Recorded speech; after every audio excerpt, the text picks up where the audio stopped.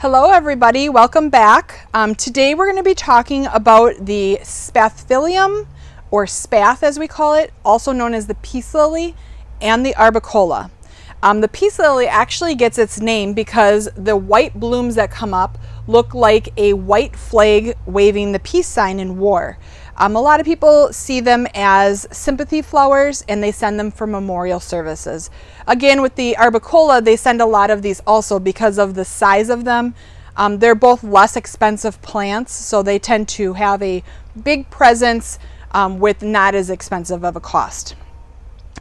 The peace lilies are a very easy plant to care for. However, I'm sure that a few of you have seen them come out and you get home and they look like this. Isn't it sad? Well, don't be disheartened. The peace lily, once watered, will kind of rise up and be back to a normal size. The problem with doing that over and over again is that the ends of the peace lily will start getting a black tip to them, and that's not attractive either. When you overwater the peace lily and you let it just sit for a long time, they'll start getting a black spot in them or black edging on the side here. And what that is that it's taking in so much water that those cells are actually busting open, which is then forming that black spot. If you have yellow leaves, you might be watering too much in one spot. They don't like that. Go ahead and take those yellow leaves off. And I'll show you again on this. See those yellow leaves? At some point he was stressed out. This is from drying.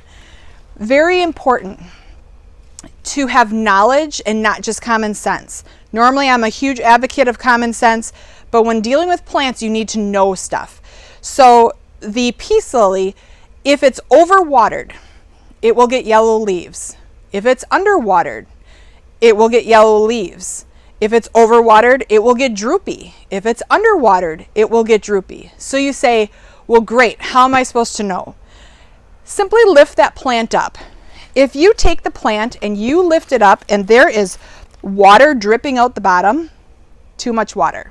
If you lift that plant up and it feels like a bag of popcorn, then you know you're underwatering. So keep it somewhere in the range of a bag of sugar and a bag of popcorn. If you keep it in the middle, that's kind of your moist area, that it's not too light, it's not too heavy. If your blooms start getting a black spot on them, I think I have one up in here somewhere.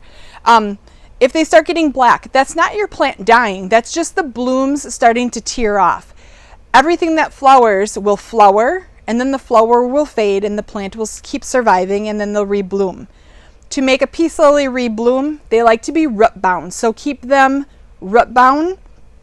The time to transplant is when they start drooping. You've watered them, you know you haven't been watering too much, and they keep drooping like every 2 days. Then it's time to give them some fresh soil. Put them only in an inch or two larger container. Take them out of one container, put them in the next, and fill that in. And that should help alleviate that. Excuse me. The arboricola, which these are two arboricolas, two different varieties.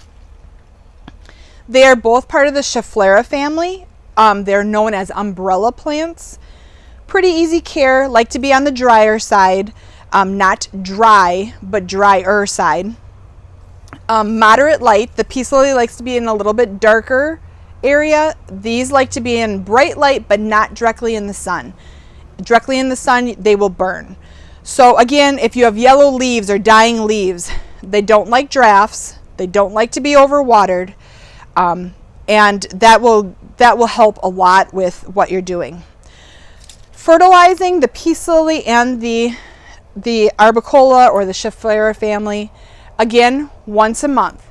If you get the plant in and you say, well, I don't know when they started fertilizing, go ahead, wait 1 month, then you know for a fact that it's starting out with a fresh, when it's supposed to be, and then from that point, go once a month. That'll help you do that. Again, we use the Beat Your Neighbor fertilizer. We make it here, we package it here, we ship it from here, so we always have it.